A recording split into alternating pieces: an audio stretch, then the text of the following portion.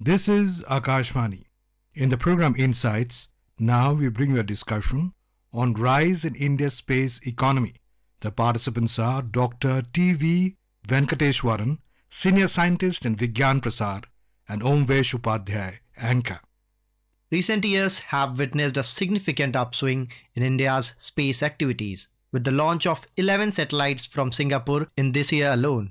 This growth can be attributed to the strategic opening of the space sector, fostering the emergence of space startups and cultivating valuable industry connections. Today, to discuss on India's rise in the space economy, we are joined by T.V. Venkateshwaran, Senior Scientist, Vigyan Prasar. Welcome to the program, Mr. Venkateshwaran.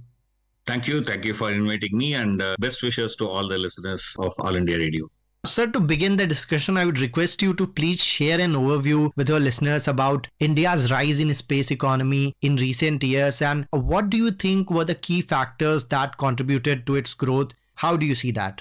That's a very, very interesting question. So let's first understand what does space economy mean. It can mean many things at the same time. Okay, number one is if you're a country with capability to launch, that is, you have a good launch vehicle, other private companies or other countries can come to you and use your launch vehicle to launch their satellite, their payloads. So for launching that, you may charge them. So in a sense that you'll be recovering some part of the expenses towards your space agency. No, if you're talking about India, so for example, ISRO can earn some money.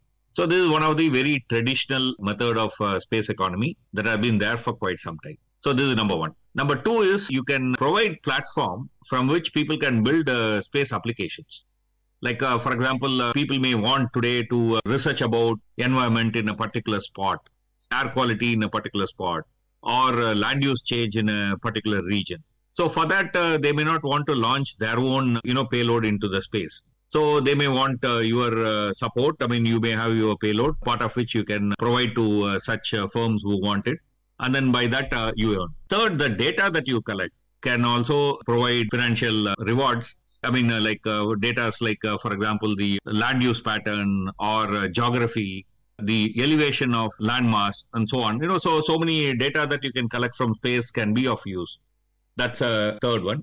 The fourth is technology. Today, ISRO has been able to land on moon with much precision. It involves a lot of deep technology, including artificial intelligence. So if you have such technology, then what can happen is that people may come to you for collaboration.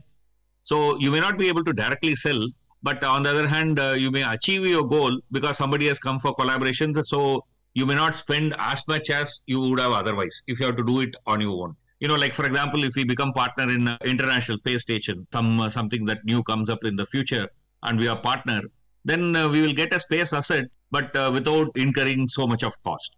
So these are all various ways in which, for example, the space economy works. And ISRO is gearing itself with right kind of policies, developing necessary technologies, and also having a vision to capture this market. Absolutely. And since Mr. Venkateshwaran, we are talking about India's rise in space economy, whenever we want to measure growth, we look after certain milestones or parameters. So if we are talking about India's journey in global space economy, what are certain achievements or milestones that we can say that this is something that we made the mark? If you look at the last few years, there have been quite a number of launches which have payloads only of foreign countries or foreign companies. So basically, commercial companies has used ISRO's launch vehicle. So that's a basic benchmark. I mean, that is the bread and butter of space economy today. Rest of the things are about futuristic. So bread and butter is basically your capability to launch others' payload into space. So that India has been able to make a big mark. India is having good chunk of space market in this launch space market. And India has also developed recently this SSLV, small satellite launch vehicle, which is under a fine-tuning process. Soon that will become a commercially usable launch vehicle. See, the projections are that in coming years, there will be something like about 2,000 to 2,500 satellites launched every year. So if you have to launch that many satellites into space, most of them will be micro and nano satellites, small satellites, not big satellites. You will need various launch vehicles. So India will be able to get a pie out of it. In fact, that activity should have started much earlier, but because of the COVID, almost 2 years, there is a lag. and only slowly now the things are picking up. So that's a real indicator. For example, if you are going to look at what is planned, but what is actually being achieved, currently in terms of space economy, these are two key indicators.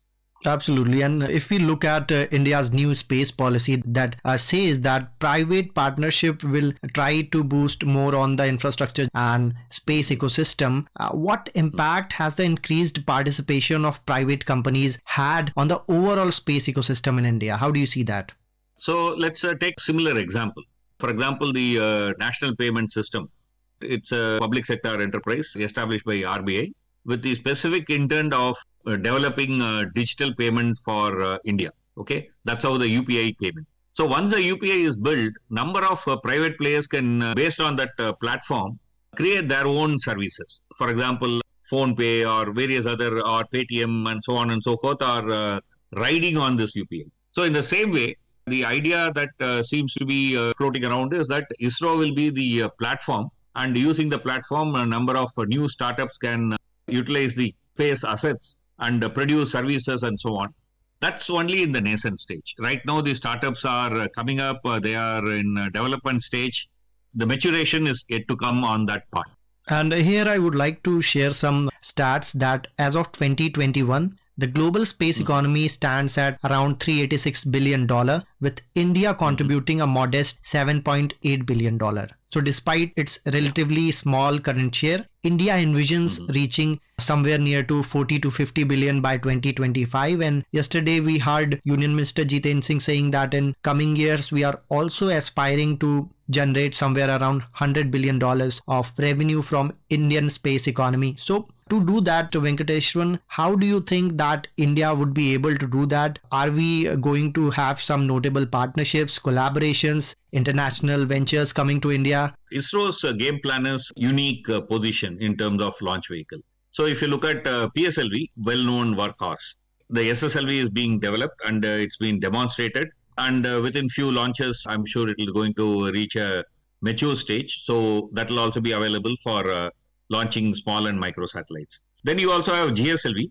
If you want to put substantial tonnage of payload into low Earth orbit or geotransfer orbit, for that GSLV is available. So basically, ISRO is trying to develop its launch vehicle capacity in such a way that multiple ranges of payloads can be managed.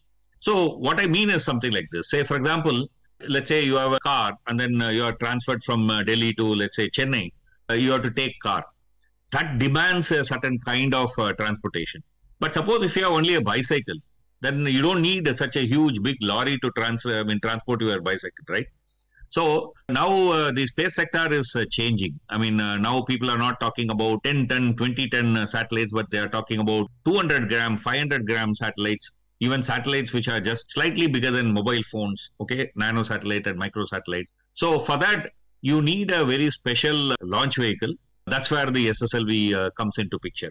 The ISRO is planning to open up its launch capacity in a big way using various startups to launch various satellites. So ISRO has entered into collaboration, not exactly collaboration, kind of MOU with a number of companies like Starlink to launch their small satellites into space. So now and then, whenever that Starlink would want to replace their aging satellite, they'll use ISRO's capacity to launch. So that's one. The second, which is in the nascent stage, which is developing, is how do you use the space assets which are already there? Okay, the government is using, the government bodies are using, but still there is spare capacity. So can, for example, some startup use the spatial data collected by Indian satellites and then convert it into some kind of commercial product which can be used, which can be sold, and from which wealth can be generated? This is a direction. Second direction in which the ISRO is thinking, and then supporting, hand-holding number of startup companies. That's the second direction that is also coming up. Mr. Venkateshwaran, when we are saying that India in space economy is not only generating revenue, but India's space economy is also benefiting other sectors such as telecommunications, disaster management. Yesterday, Union Minister Jiten Singh said that geospatial technology is being widely used in PM Gati Shakti infrastructure development and Swamitwa land mapping mission. So how do you see space technology helping in social sector also? This is a very, very important point. In fact, some of the remote sensing satellites that we have, like Cartosats ISRO has launched into space, are called as eagle in the eye, basically meaning that they have a very sharp vision. They can get very high resolution images. So see, let's say, for example, you want to plan a regional development plan. So you want to know, for example, within that particular region, where are the resources located? What kind of, let's say, landforms exist? Suppose you want to build a road. You don't want to build a road through a place where, for example, you may want to build lots of bridges, basically because, let's say, there are lots of drains. Then you may have to build lots of bridges, which will be very costly. Maybe if you take a small detour, maybe you can economize it. So things like this. Second, for example, urban development. Where are new constructions taking place? Where are new settlements coming up in the urban environment so that you can plan your transportation?